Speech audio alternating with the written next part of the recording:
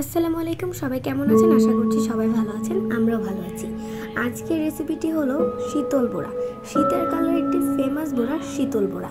এই বড়াটি বানানোর জন্য আমাদের লাগবে কুমড়ো পাতা, শীতল শুটকি, পেঁয়াজ, রসুন, শুকনো মরিচ ভালো করে বেটে মিক্স করে নিতে হবে।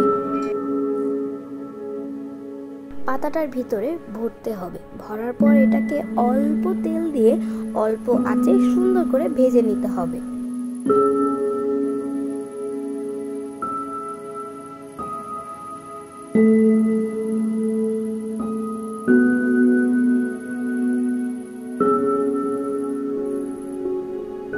এরপর আমরা অল্প আঁচে এই শীতলের বড়াটাকে ভেজে নিব।